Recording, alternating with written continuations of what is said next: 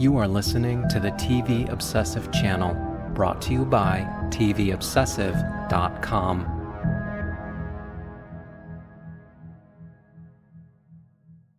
Sugar, Season 2, Episode 2, Downer Town, written by Gary Teach and directed by Michael Morris.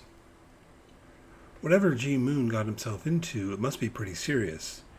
Sugar S2E2 begins with a couple of guys from the Easy 4 gang rolling up on a man on the streets of LA and killing him because they think he's G. Sugar puts this together when he visits an old client friend named Tom, who appears to be a medical examiner or coroner or something, whatever the term is for what he does. Not G, doesn't have any identification, just a phone card that might be able to lead them to his parents. But his killer is also dead, taken out by the LAPD, and Sugar finds a picture of G on his phone. John goes back to the hospital, where he's delighted to learn that Blaine has taken the time to watch Casablanca since they met in the season premiere. Sugar is looking for a favor from Blaine now, which he gets access to the hospital's CCTV footage. They watch G enter the stairwell on the 4th floor. It takes him some 10 minutes to emerge from the door to the street, though, so Sugar infers he must have gone to another floor in the interim. Sure enough, they find him on the 5th floor, and Blaine notes he must have gone somewhere in the hallway near the door since he doesn't show up on other cameras. Sugar figures that G went to the room of Jesus Yaquez, who was in the hospital for gunshot wounds. He didn't make it. John opens the closet and sees a torn sticker on the wall indicating that the photo of G on the Easy 4 member's phone was taken in that closet. But why was G hiding there if he was hiding? And who took the photo?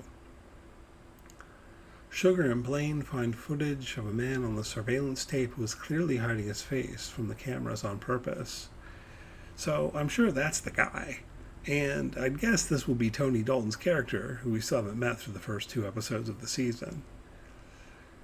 Sugar visits the Yaquez residence and doesn't learn much beyond the fact that Jesus' mom, Sandra, is on the streets somewhere. He does note that his visit has been noticed by a guy outside on a bike, so he thinks, this guy called it into his boss.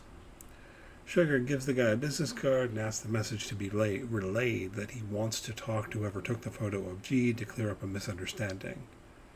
This will not go well. Danny learns that G didn't pay their rent before disappearing, so he takes a gig robbing a retail store with a group of other people. I infer that he's done this before, though perhaps not for a while, and while it might butt up against whatever path G went down, we don't get much more than the robbery itself in this episode. Meanwhile, Sugar sees Charlotte in the hotel bar again. She says he's a nice man, and Sugar seems to be considering romance, but that doesn't go any further in this episode either. Neither does Sugar's surveillance of Tyson Pavich, though we do learn that Pavich is no longer a senator. He's become CEO of a tech company that promises to solve age-old problems, whatever that means. Sugar hires Val, who stole his car last week, to be his partner/assistant, and it's again striking the extent to which John just doesn't care about petty crime. Don't get me wrong, he cares about the big stuff like murder or kidnapping, but you stole some robes? Who cares? You stole my car and extorted me to return it? No big deal. Of course, Val says she's done worse, and even here, Sugar doesn't ask about what. John is cool. He's always been cool. And he sees something in Val that I hope the series will explore more moving forward. I'm presuming that Sugar doesn't die at the end of Downer Town, but he's not in good shape.